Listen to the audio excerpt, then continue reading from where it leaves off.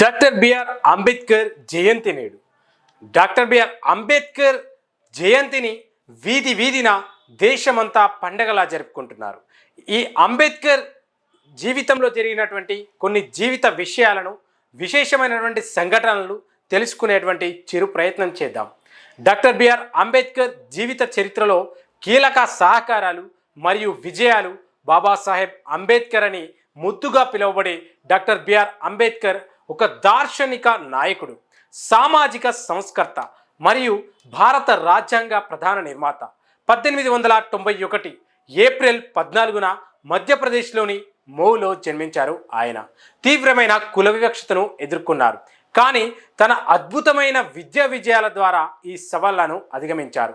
సామాజిక న్యాయవాది అయిన అంబేద్కర్ తన జీవితాన్ని కుల ఆధారిత అణచివేతకు వ్యతిరేకంగా పోరాడటానికి మరియు అణగారిన వర్గాలను ఉద్ధరించడానికి అంకితం చేశారు. ఆయన డాక్టర్ బిఆర్ అంబేద్కర్ 1891 ఏప్రిల్ 14న జన్మించారు.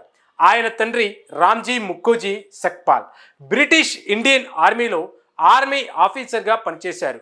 తల్లి భీమాబాయ్ నక్సల్. ఈ సక్సల్ గృహిణి భీమారావు ఆయన తల్లిదండ్రులకు 14వ సంతానం. ఈ కుటుంబం మొదట్లో ప్రస్తుత మహారాష్ట్రలోని అంబావాడే అనే పట్టణానికి చెందింది. భీమ్రావ్ రామ్జీ అంబేద్కర్ విద్య మరియు బాల్య వివక్ష. దళితుడిగా అంబేద్కర్ చిన్నప్పటి నుంచి గణనీయమైన సామాజిక మరియు ఆర్థిక వివక్షతను అనుభవించాడు. పాఠశాలలో ఆయన మరియు ఇతర దళిత పిల్లలు ఉన్నత కులాలకు విద్యార్థుల నుండి వేరు చేయబడ్డారు. సమాన సిట్టింగ్ ఏర్పాట్లు మరియు తాగునీటి సదుపాయం వంటి సమాన హక్కులు వారికి నిరాకరించబడ్డాయి. ఉపాధ్యాయులు వారిపై చాలా అరుదుగా శ్రద్ధ చూపేవారు మరియు వారు సామూహిక సామాగ్రిని తాకడానికి అనుమతించినందున వారు తరచుగా నీటిని అందించడానికి ఒక ప్యూన్ని ఆధారపడ్డారు. ఈ సవాళ్లు ఉన్నప్పటికీ ఉన్నత పాఠశాల చేరుకున్న అతనితో తోబుట్టువుల్లో అంబేద్కర్ మాత్రమే ఒకరు. ఇక పేరు ఆయన యొక్క మార్పు మరియు ప్రారంభ విజయాలు.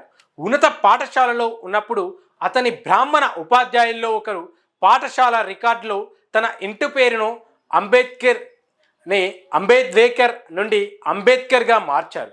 ఇది ఆ సమయంలో ప్రబలంగా ఉన్న కులాల ఆధారిత వివక్షతను ప్రతిబింబిస్తుంది. అయినప్పటికీ అంబేద్కర్ విద్యాపరంగా రాణించాడు. 1897లో అతను ఎల్ఫిన్ స్టోన్ ఉన్నత పాఠశాలలో చేరిన మొదటి దళిత విద్యార్థి అయ్యాడు. ఇక ఆ అంబేద్కర్ వివాహం మరియు కళాశాల విద్య కూడా 1906లో 15 సంవత్సరాల వయసులో అంబేద్కర్ రమాబాయిని వివాహం చేసుకున్నాడు. ఆమెకు ఆ సమయంలో కేవలం 9 సంవత్సరాలు. వారి తల్లిదండ్రులు ప్రస్తుత ఆచారాలకు అనుగుణంగా ఈ వివాహం చేసుకున్నారు. 1912లో అంబేద్కర్ బొంబాయి విశ్వవిద్యాలయం నుండి రాజకీయ శాస్త్రం మరియు ఆర్థిక శాస్త్రంలో పట్టా పొందారు. తర్వాత ఆయన బరోడా రాష్ట్ర ప్రభుత్వంలో ఒక పదవిని చేపట్టారు. ఇది అతని వృత్తిపరమైన జీవితానికి నాంది పలికింది. ఇక ఉన్నత చదువులు మరియు అంతర్జాతీయ విజయాలు. 1913లో అంబేద్కర్ న్యూయార్క్లోని కొలంబియా విశ్వవిద్యాలయంలో పోస్ట్ గ్రాడ్యుయేట్ విద్యను అభ్యసించడానికి బరోడాకు చెందిన సామోజీరావు గైక్వాడ్ నుండి 111 నుండి స్కాలర్షిప్ పొందారు, అంటే 111 రూపాయలు. అతను 1915లో ఆర్థిక శాస్త్రం, సామాజిక శాస్త్రం, చరిత్ర, తత్వశాస్త్రం మరియు ఆంథ్రోపాలజీ మాస్టర్స్ డిగ్రీని పొందారు. తరువాత అతను ది ప్రాబ్లమ్ ఆఫ్ ది రూపాయి, ఇట్స్ ఆరిజిన్ అండ్ సొల్యూషన్ అనే తన థీసిస్ని పూర్తి చేశాడు మరియు 1923 లండన్ విశ్వవిద్యాలయం నుండి ఆర్థిక శాస్త్రంలో డిఎస్సి పట్టా పొందాడు. ఇక విజయం సాధించినప్పటికీ వివక్షత అనేది కొనసాగించడం. అంబేద్కర్ భారతదేశానికి తిరిగి వచ్చినప్పటికీ ఆయన ఎదుర్కొన్న కుల ఆధారిత వివక్షత అంతా కాలేదు, అంటే అంతం కాకపోయినప్పటికీ ఎదుర్కొన్న కుల ఆధారిత వివక్ష అంతం కాలేదు.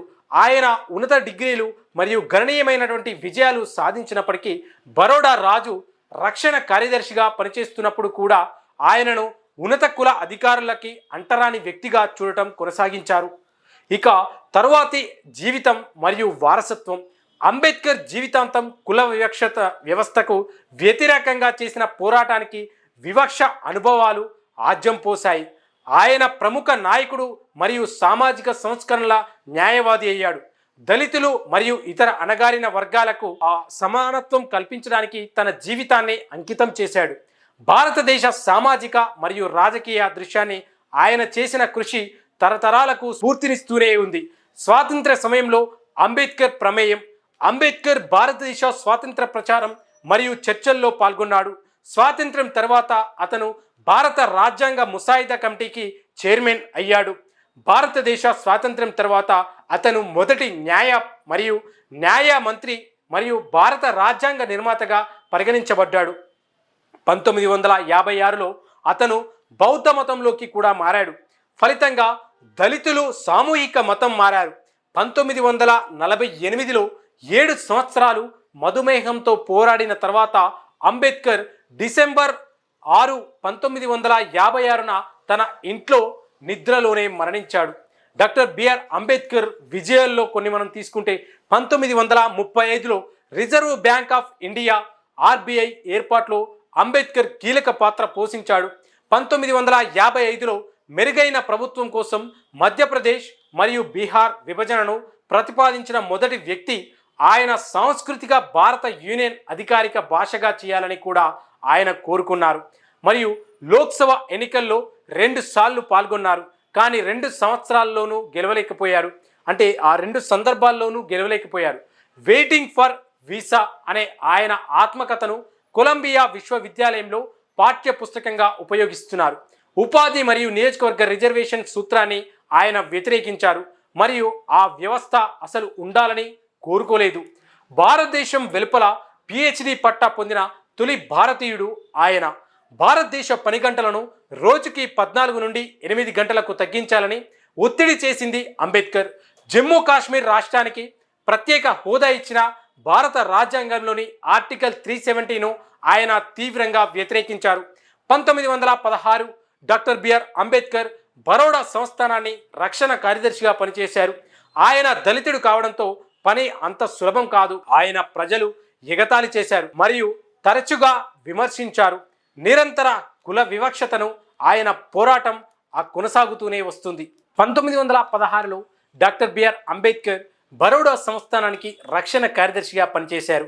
ఆయన దళితుడు కావడంతో పని అంత సులభం కాదు. ఆయనను ప్రజలు ఎగతాళి చేశారు మరియు తరచుగా విస్మరించారు. నిరంతర కుల వివక్షత తర్వాత ఆయన రక్షణ కార్యదర్శిగా ఉద్యోగాన్ని వదులుకొని ప్రైవేట్ ట్యూటర్ మరియు అకౌంటెంట్గా ఉద్యోగాలు చేపట్టారు. తర్వాత అతను ఒక కన్సల్టింగ్ సంస్థను స్థాపించాడు. కానీ అది అభివృద్ధి చెందలేదు. కారణం అతను దళితుడు కావడం. చివరికి ముంబైలోని Sydenham college of commerce and ఎకనామిక్స్లో ఉపాధ్యాయుడిగా ఉద్యోగం పొందాడు. అంబేద్కర్ కుల వివక్షకు గురైనందున సమాజంలో అంటరానివాని దయనీయ స్థితిని పెంపొందించడంలో ఆయన అభివృద్ధి చెందాడు. ఆయన మక్నాయక్ అనే వారపత్రికను స్థాపించారు. ఇది హిందువుల విశ్వాసాలను విమర్శించడానికి వీలు కల్పించింది. భారతదేశంలో కుల వివక్షతను నిర్మూలించడం పట్ల ఆయనకు మక్కువ ఉంది. ఇది ఆయన బహిష్కృత హితకర్ణి సభను స్థాపించడానికి దారితీసింది. వెనుకబడిన తరగతులకు విద్యను అందించడమే ఈ సంస్థ యొక్క ప్రధాన లక్ష్యం. 1927లో ఆయన అంటరానితనానికి వ్యతిరేకంగా నిరంతరం కృషి చేశారు. ఆయన గాంధీ అడుగుజాడలను అనుసరించి సత్యాగ్రహ ఉద్యమాన్ని నాయకత్వం వహించారు. అంటరాని వారికి ప్రధానంగా తాగునీటి వనరు మరియు దేవాలయాల్లో ప్రవేశం నిరాకరించబడింది. ఆయన ఈ అంటరాని వారి హక్కుల కోసం పోరాడారు. 1932 పూనా ఒప్పందం ఏర్పడింది. ఇది ప్రాంతీయ శాసనసభ మరియు కేంద్ర మండలి రాష్ట్రాల్లో అణగారిన వర్గాలకు రిజర్వేషన్లను అనుమతినిచ్చింది. 1935లో ఆయన ఇండిపెండెంట్ లేబర్ పార్టీని స్థాపించారు. ఇది బొంబాయి ఎన్నికల్లో 14 సీట్లు గెలిచింది. అంటే అంబేద్కర్ స్థాపించినటువంటి ఈ యొక్క ఇండిపెండెంట్ లేబర్ పార్టీలో ఆ రోజుల్లో 14 సీట్లలో గెలుపొందింది. 1935లో ఆయన సనాతన హిందూ విశ్వాసాలను ప్రశ్నించే ది యూనిహిలేషన్ ఆఫ్ కాస్ట్ అంటే వంటి పుస్తకాలను ప్రచురించారు. మరియు మరుసటి సంవత్సరం ఆయన హూ వర్ ది శూద్రులు అనేటువంటి పేరుతో మరొక పుస్తకాన్ని ప్రచురించారు. అందులో ఆయన అంటరాని వారు ఎలా ఏర్పడ్డారో వివరించారు. భారతదేశ స్వాతంత్ర్యం తర్వాత ఆయన రక్షణ సలహాదారు కమిటీ బోర్డులో మరియు వైస్రాయ్ కార్యనిర్వాహక మండలికి కార్మిక మంత్రిగా పనిచేశారు. పని పట్ల ఆయనకున్న అంకితభావం ఆయనకు భారతదేశ మొదటి న్యాయమంత్రి అధ్యక్ష పదవిని సంపాదించి పెట్టింది. ఆయన భారత రాజ్యాంగ ముసాయిదా కమిటీకి మొదటి చైర్మన్. ఆయన భారతదేశ ఆర్థిక కమిటీని కూడా స్థాపించారు. ఆయన విధానాల ద్వారానే దేశం ఆర్థిక మరియు సామాజికంగా అభివృద్ధి చెందిందని 1951లో ది హిందూ కోడ్ బిల్లో ఆయనకు ప్రతిపాదించబడింది. తర్వాత దానిని తిరస్కరించి మంత్రివర్గానికి రాజీనామా చేశారు. ఆయన ఈ యొక్క సభాస్థానానికి లోక్సభ స్థానానికి పోటీ చేశారు కానీ ఓడిపోయారు. తర్వాత ఆయన రాజ్యసభకు నియమితులయ్యారు మరియు 1955లో మరణించే వరకు రాజ్యసభ సభ్యుడిగా కొనసాగారు. న్యాయ విద్యావేత్త నుండి భారత రాజ్యాంగ నిర్మాత వరకు 1935లో డాక్టర్ బిఆర్ అంబేద్కర్ ముంబైలోని ప్రభుత్వ న్యాయ కళాశాలకు ప్రిన్సిపాల్గా అయ్యాడు. అక్కడ ఆయన 1928 నుండి బోధించాడు. 1942 నుండి 1946 వరకు అతను వైస్రాయ్ కార్యనిర్వాహక మండలిలో లేబర్ సభ్యుడిగా పనిచేశారు. ఇక 1946లో రాజ్యాంగ సభకు ఎన్నికైన ఆయన 1947 ఆగస్టు 15న భారతదేశ మొదటి న్యాయమంత్రిగా బాధ్యతలు స్వీకరించారు. ముసాయిదా కమిటీ అధ్యక్షుడిగా డాక్టర్ అంబేద్కర్ భారత రాజ్యాంగ రూపకల్పనకు నాయకత్వం వహించారు. మహావీర్ త్యాగి మరియు డాక్టర్ రాజేంద్ర ప్రసాద్ నుండి ప్రశంసలు పొందారు. సార్వత్రిక ఎన్నికల తర్వాత ఆయన రాజ్యసభలో చేరారు. అదే సంవత్సరంలో ఆయన కొలంబియా విశ్వవిద్యాలయం నుండి గౌరవ డాక్టరేట్ను పొందారు. ఆ తర్వాత 1953లో ఉస్మానియా విశ్వవిద్యాలయం నుండి మరో డాక్టరేట్ను పొందారు. ఇక అంబేద్కర్ యొక్క ఆలోచనలు ఆయన అభిప్రాయాలు ఎలా ఉండేవంటే డాక్టర్ బిఆర్ అంబేద్కర్ ఒక ప్రముఖ సామాజిక సంస్కర్త మరియు కార్యకర్త. అతను జీవితాంతం భారతదేశంలోని దళితులు మరియు ఇతర సామాజిక వెనుకబడిన తరగతుల అభ్యున్నతికి అంకితం చేశాడు. భారతీయ సమాజంలో ఒక వ్యాధిలా వ్యాపించినటువంటి కుల వివక్షతను నిర్మూలించడానికి అంబేద్కర్ నిరంతరం పోరాడాడు. సామాజికంగా వెనుకబడిన కుటుంబంలో జన్మించినందున అంబేద్కర్ కుల వివక్షత మరియు అసమానతలకు గురైనటువంటి దళితుడు.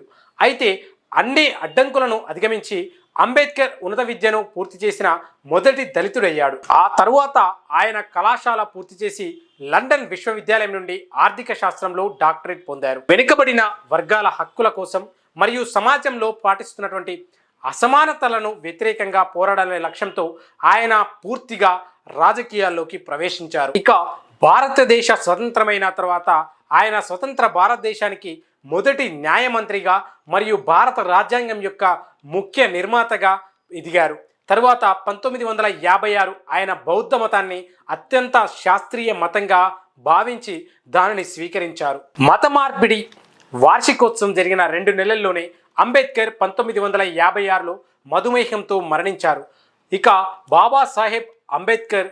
బాబాసాహెబ్గా ప్రసిద్ధి చెందినటువంటి భీమ్రావ్ రాంజీ అంబేద్కర్ ఒక న్యాయవాదిగా, రాజకీయవేత్తగా, ఆర్థికవేత్తగా, రచయితగా, సంపాదకుడిగా ఆయన కళ ఏదైతే కుల వివక్షకు గురయ్యేటువంటి దళితుడు ఇతర కులాల పిల్లలతో కలిసి తినడానికి లేదా పాఠశాలలో నీరు త్రాగడానికి కూడా ఆయనకు అనుమతి లేదప్పుడు ఆయన ఇక దృఢ సంకల్పానికి ఉత్తమ ఉదాహరణ. మరియు విద్య ఎవరి అదృష్టాన్ని ఎలా మార్చగలదో చూపిస్తుంది. కుల వివక్షతకు గురైనటువంటి ఒక పిల్లవాడు స్వతంత్ర భారత రాజ్యాంగ నిర్మాతగా ఎదిగాడు. డాక్టర్ బిఆర్ అంబేద్కర్ జీవిత చరిత్ర ఆయన కుల వివక్షతను అధిగమించి భారతదేశ గొప్ప నాయకులతో ఒకరిలా ఎదిగారు అని ఈ యొక్క విద్య, సామాజిక న్యాయ మరియు సమానత్వం పట్ల ఆయనకున్నటువంటి అంకితభావం ఆయనను భారత రాజ్యాంగ ప్రధాన నిర్మాతగా తీర్చిదిద్దింది. ఆయన జీవితం స్థితిస్థాపనకు మరియు విద్య యొక్క పరిస్థితి యొక్క పరివర్తనకు శక్తికి ఒక శక్తివంతమైనటువంటి ఉదాహరణ. అంబేద్కర్ వారసత్వం తరతరాలకు స్ఫూర్తినిస్తుందనే ఉంది.